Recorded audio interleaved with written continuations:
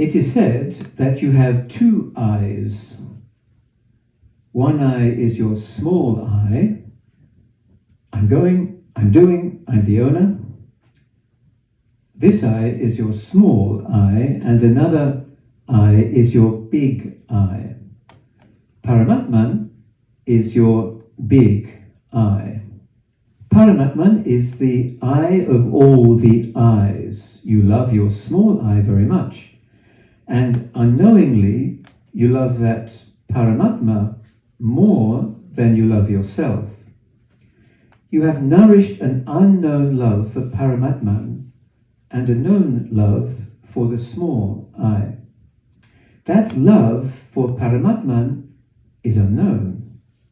And when one gets initiation and does sadhana, that unknown love becomes known. So here, this passage makes me think about constellations. So we have this table here. I'm assuming it's made of wood. Let's assume it's made of wood. So this table doesn't stand alone, right? It's not an isolated entity, the table. The table doesn't exist if there aren't trees, right? I mean, trees have to produce the wood for the table. The table doesn't exist if there isn't a craftsperson to make it into a table. The table can't really exist if there's no gravity to keep it grounded to the earth. So the table is in a constellation. It doesn't exist on its own. Nothing exists on its own. Everything is relational. And so when it comes to the small eye, if you look at its constellation, we have so many memories, and we have our samskaras, and we have emotions, and we have psychological tendencies, and they're all kind of in a constellation around that one soul.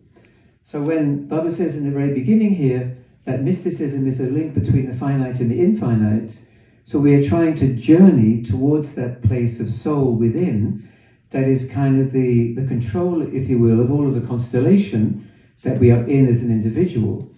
And maybe you've experienced when you go into that deep place of soul, things tend to get resolved.